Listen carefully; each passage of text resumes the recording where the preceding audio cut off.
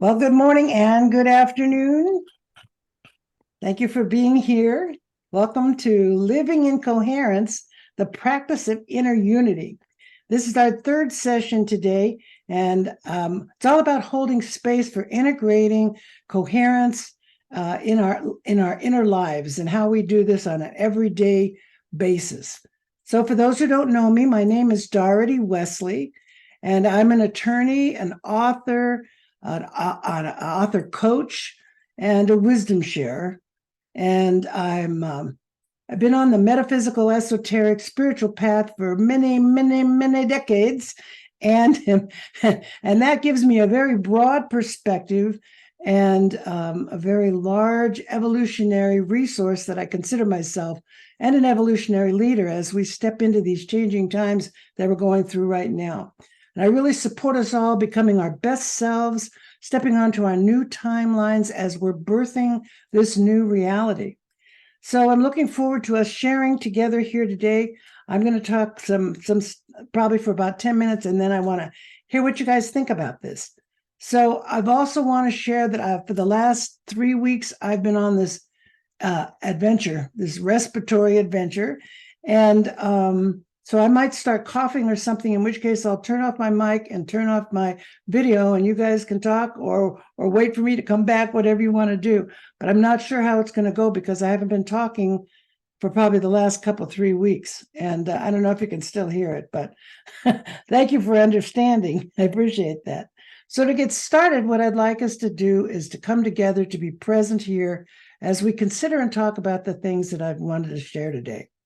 So first, let's bring ourselves together. Let's be present here together. Let's attune ourselves. So let's close our eyes and take 3 deep breaths together, okay? So first breath in.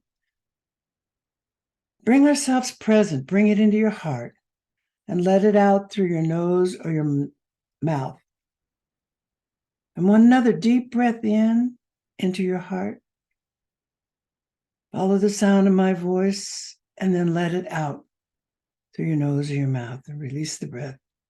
And again, the last breath in, deep breath. Bring in a feeling of love and gratitude and happiness to be here now, and let it out. And let's be present here together and feel this as we begin. So as you know, or if you've watched this before, you know that I really like to share that the reason we do this, so many times we forget, we do this inner work and it's so important to do it. And so many people say, what difference does it make? It doesn't matter. We don't need to do this. And I want to say that it is so. And you've heard me say it before, if you've listened to me, that whether you realize it or not, the greatest power you have as a human being is to raise your own consciousness, to increase your level of awareness, to bring you new levels of wisdom and skill. And once our consciousness is raised, we can make better decisions for ourselves, who to trust, what's meaningful in life, what our values are. And this is what's really important. And then adding to that when we raise our own consciousness, we have the ability and we raise the consciousness of the field within which we all exist. What we feed the field matters. And our love, our compassion, our lifestyles, who we are as a human being, feeds that field. So we want to fill it with our love and our compassion and our kindness. And those are the kind of things that we want to focus on. So, as I contemplated our conversation for today, as part of our practice of inner unity and how we embody and embrace coherence in our daily lives, it occurred to me that sometimes there's things that hold us back, things that we're not aware of, that we just don't even know what they are, and they hold us back. And when I thought of this, Spirit prompted me to share with you something called the cow story. Now, you might have heard it before, and I might have shared it with you. I don't know. But if you have, then it's time to hear it again. Because many of us have these cows, these sacred cows. Some of us have a herd of cows. That would be me. But anyway, If perchance you'd like to have this story, just send me a message through Connection Field and I'll send it to you if you'd like it in writing to contemplate it after this. But the story is which a friend of mine, Solara, who's a visionary, her website is onvisible.com. She included this in one of her surf reports, and it caused an emotional reaction in me and caused me to start thinking and feeling in a way that I hadn't before about, this was really interesting. And it was really, it really took some time and it was hard. But she gave me permission to share this story with you. And it is that there's an old Spanish folktale from Argentina called La Vaca. And this is later published as Once Upon a Cow and is available on in Spanish or English on iBooks and on Amazon Kindle. So the story is very appropriate for these times that we're living in right now, because we're going through these changes and we want to move forward. And so many times there's things holding us back. And here's a summary of La Vaca. Once upon a time, a wise master and his young disciple were on a long journey. Late in the afternoon, they arrived at a small, shabby hut of a very, very poor family. The father invited them in to stay the night, if they didn't mind sharing the small space with the impoverished family of 8. The wise master noticed that in the family, everything revolved around the single cow that they owned. Their neighbors respected them because they owned a cow, and all of the family's conversations and actions revolved around how the cow was doing. Had it eaten enough today? Did it receive enough water? Did someone take it out to pasture? Has the cow been milked? Has it tied securely for the night? Yet the small amount of milk that the cow provided them was hardly enough to keep everyone alive. The wise master and his disciple slept together with the family on the floor of the small hut and got up quite early the next morning, well before dawn, while the family was still sleeping. Before they left, they went behind the house to the place where the cow was tied. Then the wise master pulled out his dagger and unexpectedly killed the family cow. The disciple was in shock and couldn't believe what he'd just seen. "Master, what have you done?" he cried. "This cow was the only possession of this poor family. How will they survive without it?" Without an answer, the master quietly walked away and they continued on their journey. A year later, the wise master and his disciple returned to the same area. They looked around but could not find the small hut of the impoverished family. Finally, they discovered that where the old shack had been now stood a much newer, nicer house. The family of the father came out to greet them, clearly in a much better condition than a year ago. He wore clean clothes, had a smile on his face. He told them how desperate they'd been when they found the cow was dead. But then they realized that they had to do something if we didn't want to starve to death. So we immediately cleared some land behind the house and planted some vegetables. Soon we could eat well and survive from our harvest, and the plants grew so well that we also had extra vegetables to sell to our neighbors and then more to sell to the market in the village. So finally we had some money, and then even more money came in until we could afford to build this new house. What moved me with this story was that we all have cows in our lives in some form or other. A cow is something we deem vitally important, something we're deeply attached to, and feel necessary for our survival. Yet it's actually something that holds us back. Most often our cow is something that we consider we can't let go of because we identify so completely with it, and sometimes even our financial security. We feel we cannot replace our cow. We feel it defines us. It's who makes us who we are. Our cow also represents the excuses we make about why we can't make changes in our lives. So once we recognize what represents our cow, and it takes time, When I read this, I couldn't believe how long it took me. And then when I realized what my cow was, I started crying because I could not imagine living without it. It was so important. It defined who I was. And we need to change it. And I did change it. And so we don't know what we're going to do. And yet there are times that the energies that are with us to let go of our old cows, and they support us. And these are the times we're living in now. So the voluntary letting go is much harder than when our cow gets let go by other factors, like a partner leaves a relationship, the landlord sells the house. Something changes for us. Things get changed for us, and we think we don't know what we're going to do about it. But the voluntary is harder, I promise you. I've done it twice, and it's very difficult to find the cow, but it's really, really important that we find our cow. So once we decide to let go of our cow, we don't need to replace it with anything. Instead, we're like, I'm going to do this now and see what happens. I told this cow story in one of my Wisdom for the New Reality stories, probably many, many, many years ago. And I went to speak at a conference in Alabama.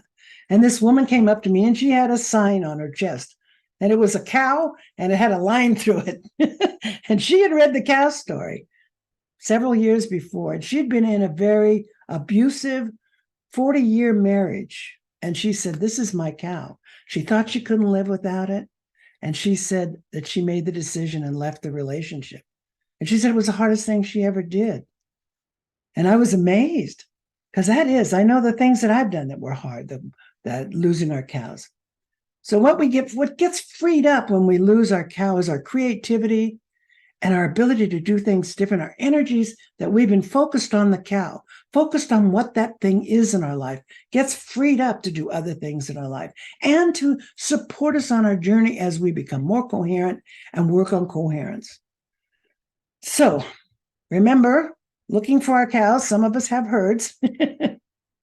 But I'd love to hear what you guys think about this. I wanted to bring it out here and let's talk about this issue or this and how it works. Or you guys got cows? All you need to do is unmute and talk to me. Absolutely. Thank you, John. Not so much anymore. Not so much anymore. Good. Yeah, you know what I can say? In my case, it was the cows that got rid of me. Oh, but it worked. well, that's different. Yeah.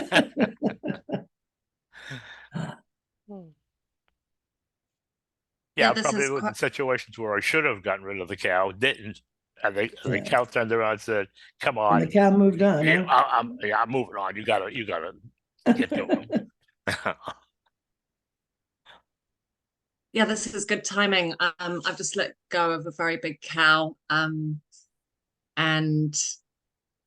talking about this with people, and so as you've been talking, I've just been really thinking, wow, this time of the great storm is a great time to be letting go of some cows. It is. It really is. Yeah. And so thank you. Really great story. Oh yeah. These are really the times and the energies for that too. And it's even if our cow is let go. I mean, if our cow is let go without our help, that really frees up when we get past the emotional part of it, really frees up our ability to move beyond that and to open ourselves. And it just makes us more like if we're working on embodying our timeless true selves, which we are now as we step onto our new timelines in this new reality, then this gives us an opportunity to see what else is there. I mean, the synchronicity of having our cow taken from us or voluntarily releasing our cow really brings us to a place of understanding and what I call just stepping more and more into the vastness of who we are. Paula. Yes, it seems to me that one of the important parts of that story was that the cow wasn't really contributing that much.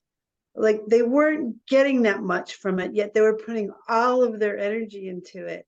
And so I think that's an important part of the cow story, is what in your life are you giving so much of your energy, but it's not really giving that much back. You're not even getting enough milk to survive on, it's just so things that you think are great in your life, but if you really look at it closely, you might find that it's not really giving you much.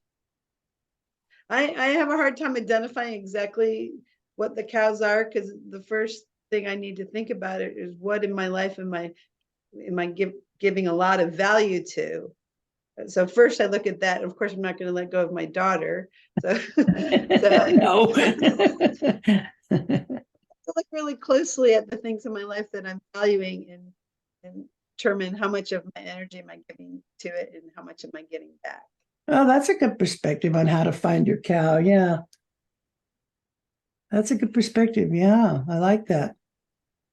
Yeah, I like what Paula said, because I'm thinking of my cows, and a cow does not always have to be a person. Does not always have to be a thing, like say a job or something like that. It can be an attitude towards something, a locked-in way of doing something. I think I could find a whole bunch of cows looking that way. A I whole think, herd yeah, of it could cows. be a whole lot of different things. Yeah. I think it could be. It all depends on what you put that energy into, Yeah. that pulls you away, and that you're not getting much back from, and yet you're focusing on. I know for me, when I found what I call my cow, it was something that really defined me. It was, what I felt that my perspective out there in the world. I mean, I've moved on from that now and changed it up, but it was really it really defined me, and it was really hard to not do it, to change that up. Both times, actually. 2 times I did it. I was on a leadership of an organization that I realized I was identified with it way much, and I wasn't, like Paula said, I wasn't getting the feeling of you put that much energy into something and you want it back. And Yeah. I didn't good. even Good to know. realize until like I thought I knew and I thought I realized, but I didn't even realize until like more recently, when I was becoming like just so drained, energy drained. It's like, just every part of my life was drained, that thinking about your cow story with your, the other trainings and stuff that you do, it's like my cow, okay. But how, thinking of like really how much went into this cow versus how much the cow gave back, like we were saying right there. What is the cow giving? Not so much that I like adored the cow or anything, but it was like, oh, the cow is giving something that seemed like I felt like I put some kind of like extra importance on the benefits of the cow. And it was like, look at that, really look at that. And I was surprised, like kind of like what you're saying. I was surprised. I'm like, when you break it down, and I needed help from our peers and from others, just to put a little another perspective into it. Like, you think this, but look at these other perspectives. Are you really getting, like the hut? They're in the hut. They're on the floor. They're, what's really there. So how big is that? That's coming. And that was like one component. And then unfolding, this has taken months, but unfolding, and realizing all the thought, all the preparation, all the preparing myself around the cow, preparing to, block the cow, redo myself, and then talking about the cow. And it was like always like, what is going on with this cow? How do it, and that ended up being like my full-time. It was so distracting, it was so bad. And although in my mind, and in my heart, I didn't want anything to do with this cow. I'm like, get rid. Can the cow walk off? How do you get rid of your My cow? cow can walk off. I don't My cow want it. Yeah, you gotta release it. You gotta release it. Yeah. release my cow. Finally, kick my cow. Whatever. The Seven just joined us here, And we're talking about cows. Is your name Seven? Hi, Seven. Hi. Hi Hi. there. We're talking about a cow here. You're jumping in on a conversation. You might Oh, not know. well. I just told a cow story, which is Oh, wow. a cow is something that we have in our life that we feel is so identified with that we don't feel like we can let go of it. And it's really the kind of thing that holds us back from being able to move forward and to step into more coherence in our lives. So I just wanted to share while we're talking about these cows, that's what we're Okay. talking about. Are these things in our life that are either taken from us by, a partner leaves a relationship, the landlord sells a property, something happens to you that takes that thing that's most precious from you, or there's things that we are so identified with, but both of them hold us back from moving forward in our lives on our journey. And we need to identify these and release them. And that's what we're talking about is what are those cows and how do we get there? And some of us have a herd of cows. And like John was saying, his cows let him go. Right. Well, it sounds like a cow is an attachment or an anchor, like dragging you down. Yeah, it's something that we're attached to. Yeah, it's something that is so precious to us that we just can't live without it. And it's definitely an attachment. It's a story in the mind. Definitely a story in the mind. Well, I just told a story called La Vaca, which is a cow story where a wise master and his disciple killed the family cow. And the family cow was everything to them. And then they had to clear the land and plant some vegetables. And so they started growing vegetables and life got good. And so the killing of the cow changed their lives.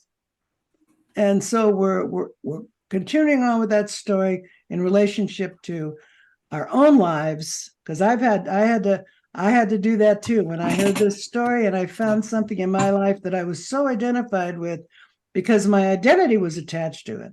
It was a teaching that I was doing, and it was everything to me, and it was very difficult to find it and very difficult to change it.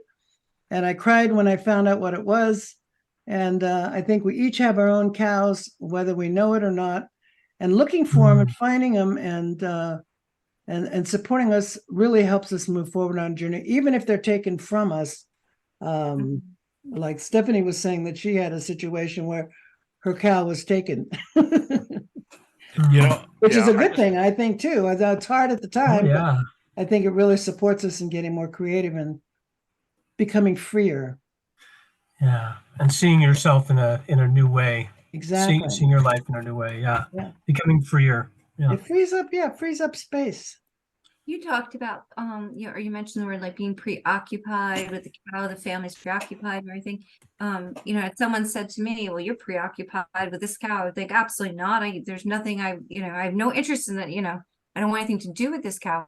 But really, yeah, I didn't even know that I was so preoccupied with all of this and moving it out of the way. Like, what is the problem? But I guess the fear of not knowing exactly, doing our best, planning, what are we going to do without the cow, if we can, if it's on our terms, what are we going to do without this thing or whatever, and in our life.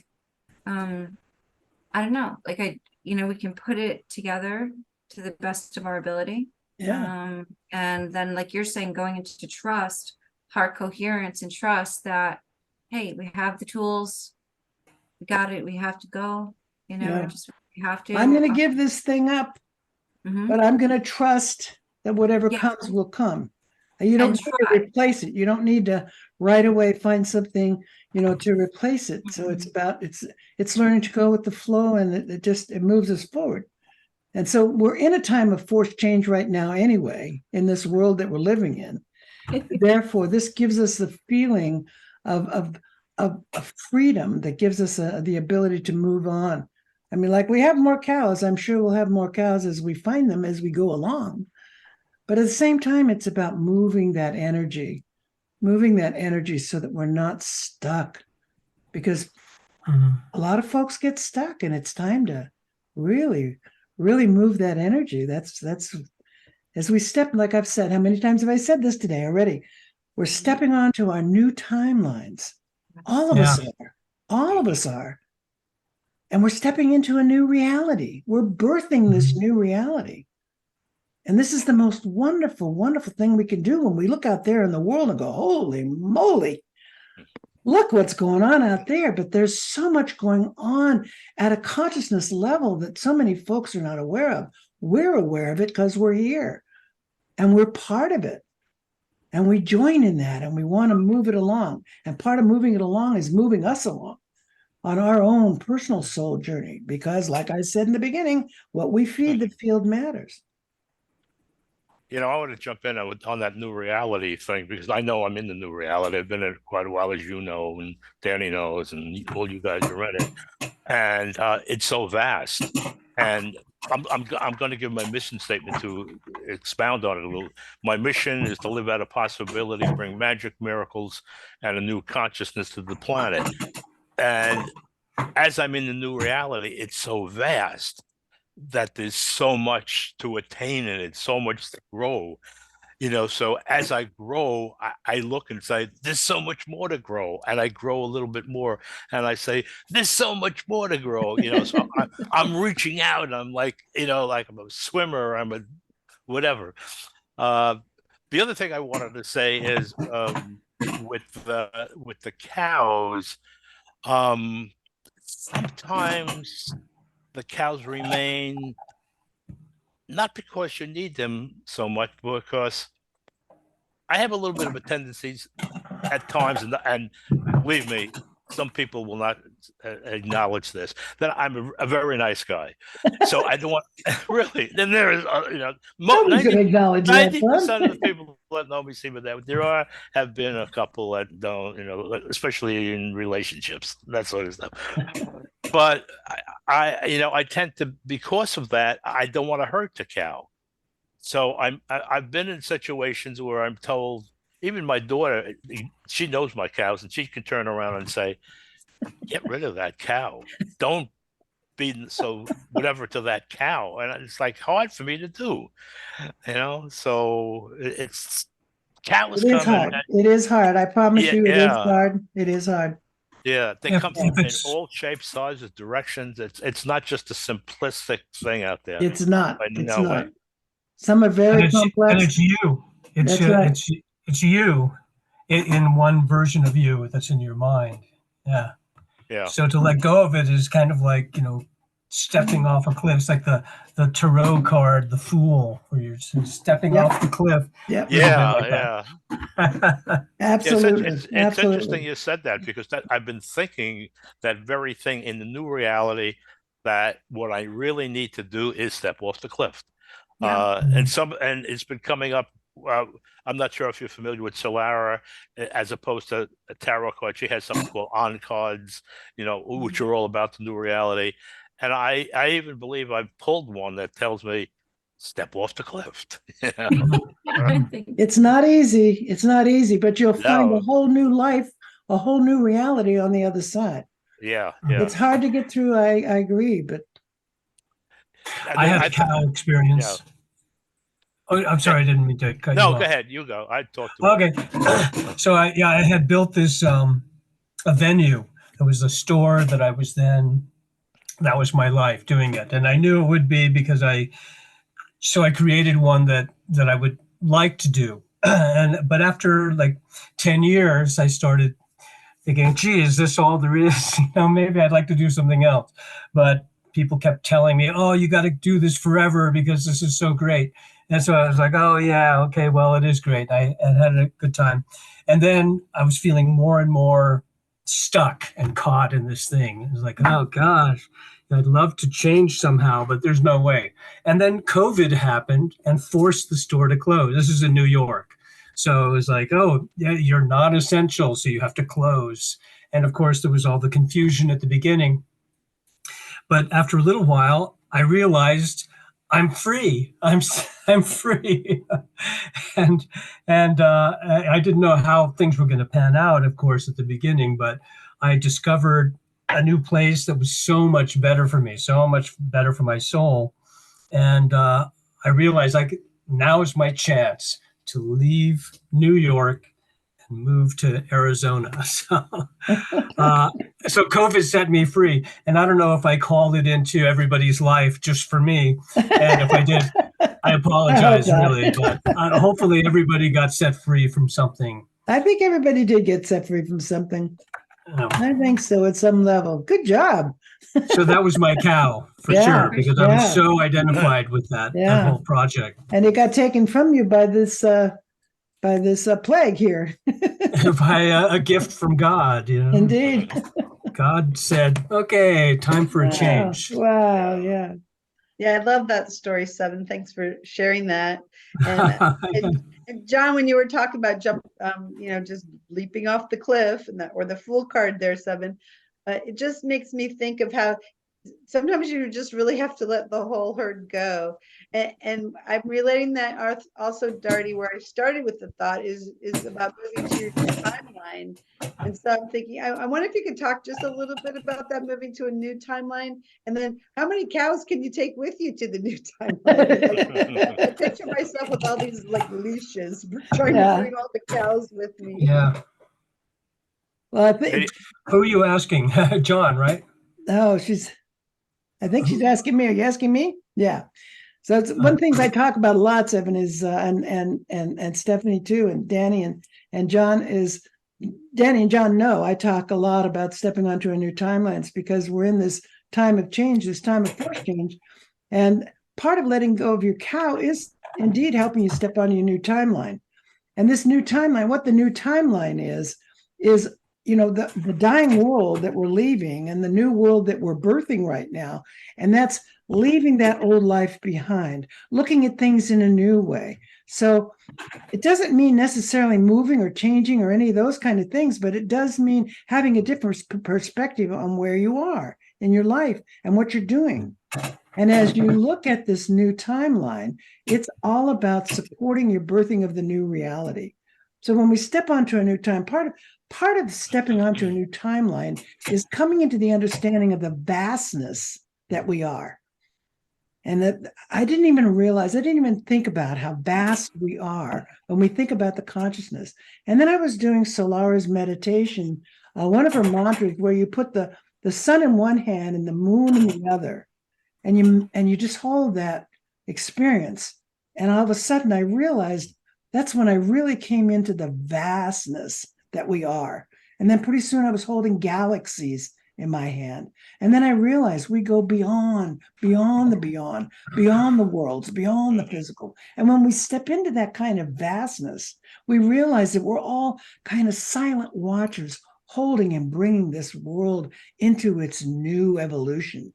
And that's what we're doing. And part of that is supporting us as human beings, stepping into that vastness, understanding that we're way vaster than this third dimensional reality. We are stepping onto these new timelines of the fourth and fifth dimension where we're coming from the heart, where we come from the heart, where we tap into our heart's knowingness to make our decisions, to know where coherence, this is about living in coherence, the calming of the mind and the calming of the physical body, where we come into coherence, that supports the field that we live in and supports us stepping onto our new timelines and who we are becoming as we evolve into these times and to that.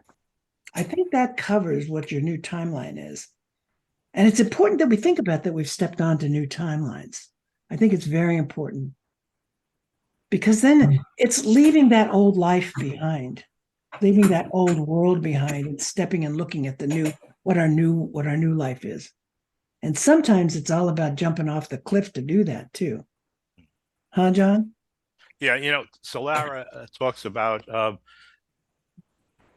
we are going back into our timeless true self. She uses those terms. And I just want to show I got this from Solara, sun and moon. So I have a sun and moon I'm wearing. And there's so much out there. I believe we're living in a matrix. And I believe when we break out of the matrix, we're going to be in another matrix. I don't know if there's any such thing as a non-matrix.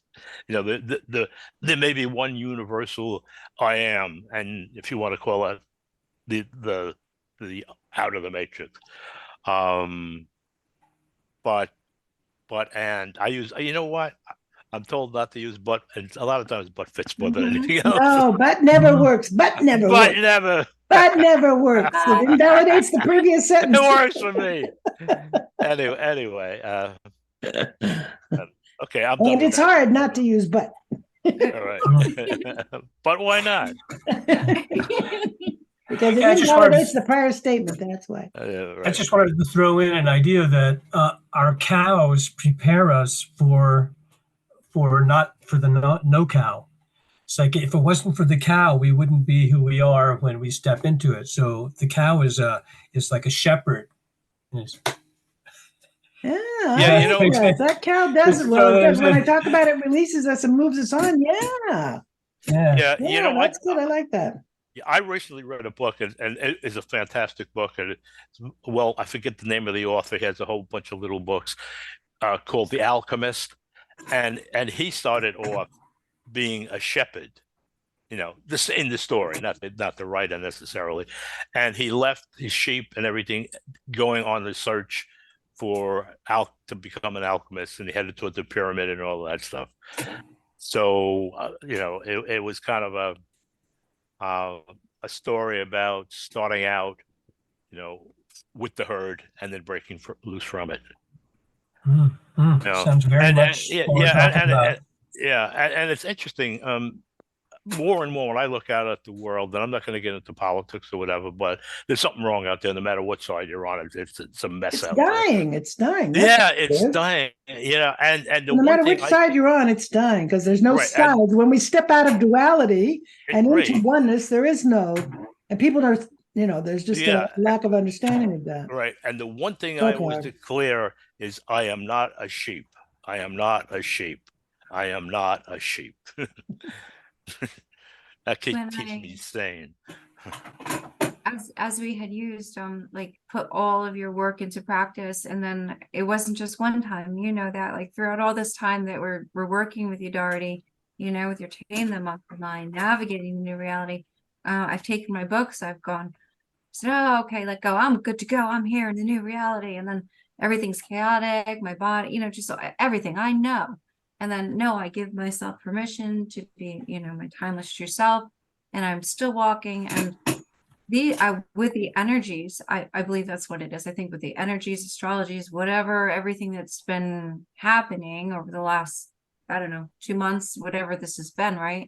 I think maybe you mentioned in August, but with everything coming together, it was almost like a mirror of that. Are you giving yourself permission to be your true self? And Mhm. and I knew it inside of me, so we'd have our heart coherence meetings, you'd bring us bring us back up to center again. I'd feel amazing, all of our gatherings, and then I'd go back out, into my everyday, and it's like back to the old duality, but not like duality that we have to, navigate and move through, like chosen duality of like cows that just need to go. Yeah, Those exactly. situations that were just, so all the effort that went into like extra taming the monkey mind, extra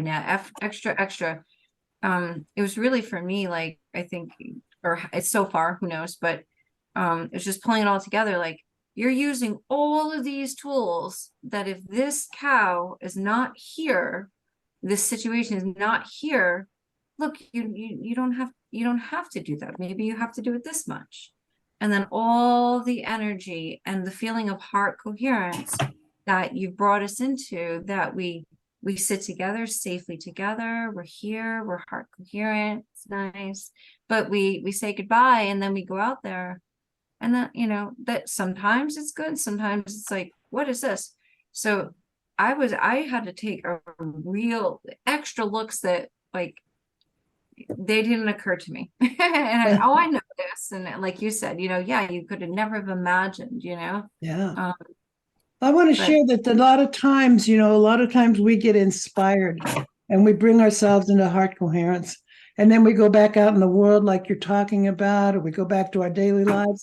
And I want to say to you that those practices that we have, I know that the practices that I have of not minding what happens, of love and trust in everything, no, in my daily life, like this, with this sickness that I've had, which is like, it's something that doesn't happen to me. It hasn't happened in many years, but I don't mind what happens. And so I relax into the experience. It's the same thing in our everyday lives. We have to take our practices there. One thing I love is that Paula has said to me, Dorothy, you walk your talk. And I do. And that's because these practices, I have practiced them and practiced them. I'm an old lady, come on. I've practiced them and practiced them. And when you practice them and integrate them, they become a natural thing, Danny. So keep at it. Because when we go away from these meetings, when we go away from our gatherings, when we go away from our coherence and our meditations and go back to doing that stuff, love and trust still stays, and our not minding what happens stays. And I can't even think of being here now stays when I'm driving. And those kind of things, those kind of sayings keep not only the monkey mind tamed. You got to tame and train that monkey mind, you know me. And that monkey mind needs to be calmed and tamed. We're not going to get rid of it. God knows we have to love our monkey mind. But when we tame it to not run our lives, that gives us the ability for those practices to continue and to daily do it on a daily basis. I know I'm just eternally grateful for the Krishnamurti story, which I don't know if I've shared it here before, but I don't mind what happens. And that's a story of Krishnamurti, who was a spiritual teacher back in the 1930s. If you haven't heard it, I'll share it. Yeah? Okay. I don't know. Okay, I'll share it then. Krishnamurti was a spiritual teacher back in the 30s. He finished his speaking and lecturing career. And he had thousands of people. His books, his books are still out there. And so he comes to his final lecture, and he's like 3,000 or 4,000 people there. And he says to him, I'm going to give you my secret. And everybody sits forward in their seats and they're like, oh my God, what? Finally, after all these years, we're going to get the secret. And he said, my secret is I don't mind what happens. That is Some great. people get it. Some people don't. The profundity knocked me off my chair. And I'm like, oh, moly. Yeah. So this to me is my secret now. And I have been practicing it for probably 10, 15, 20 years now. And I remember the first time I was with my friend and we were flying to Denver for a speaking engagement. And the flight was delayed and we looked at each other and said, aren't we glad we don't mind what happens? Boom. It's just like that. Boom. It's another way of saying I'm not attached to the outcome. Indeed. I'm not attached to the outcome. Less words, but I have people, when Beautiful. I tell the story, I've had people say to me, but I care. And it's like, no, it's not about not caring. Of course you care. We're concerned. We care. Of course we care.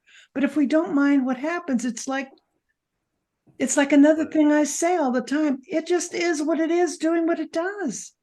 There's no judgment. There's no nothing. It just is what it is. It's Ram Dass, be here now. And that's Ram. You know what? And back when I first got in 1975 with Ram Dass, I did something called the S training with Wernea and all that. I was very involved right through the forum in the end. But basically, the bottom line there is this is it. There's nothing to get. That's right. We all make up the I read the book back then too. Yeah, I went to see Ram Dass several times back in the. Yeah, I did too. I saw him in person. Yeah, I did too. At an event. Yeah, it was cool. It was wonderful. Oh, just to let Stephen know, you said something about New York. I'm in New York. I was born in Brooklyn. If you're listening to me, most people recognize the Brooklyn accent. Like I go to the gas station, I put Earl in the car, not Will. Stuff like that. And my degree is from Brooklyn College. So how Brooklynish can you get? What was I thinking? Oh yeah. I think of it as not Brooklyn, but the other thing that it's something that God is doing, something that the unknowable is doing. And I can't know what it means. I'm just here with it. And I just accept, okay, that's what the unknowable is doing right now. You know, I thought we were doing something else. I was kind of looking forward to that something else, but no, it's this, you know. And so that's part of how I navigate the world. Yeah. Yeah. That's the same thing. Same thing, Yeah. different words. Yeah. So we're getting down to closing time, and I'd like to close with the fact that I feel that personally stepping into our coherent state. And if you haven't seen the first two of Living in Coherence, they're recorded and they're there on the connection field. So feel free to go check them out. We talked about coherence in depth in the first one, I think, but I feeling coherence is really about bringing ourselves to a state of being more balanced and feeling more inner peace, and that supports our journey. And we can learn to master coherence with practice, and it affords us the opportunity. And it reminds to bring our heart into everything that we do, and that's what coherence brings us to that calmer state, that place where we can come from the heart instead of from the head. And that's important. And I'd like to remind us that coherence is a term that embraces fields as diverse as quantum physics, cosmology, psychology, physiology, as well as subtle energy, brain, heart, and consciousness research. And I think it's pretty important that we get the word out and share it with others that being coherent is really important. And Roland McCarty of HeartMath said it is the key to the evolving consciousness that we are experiencing right now. That being coherent, our coherence, getting into coherence, experiencing it on our daily lives is part of the key to evolving the consciousness of the entire planet and probably the entire system that we live in. So thank you so much for being here with me. I hope you enjoyed it. It was wonderful. Thank you for coming. And Thank I'm you. here Thank again you. next Tuesday, every Tuesday at 11, and I would love to have you come and join me again. So I love you very much. Thank you for being here. And come on back again. Bye, everybody. Nice to meet you. You too. Bye. Bye.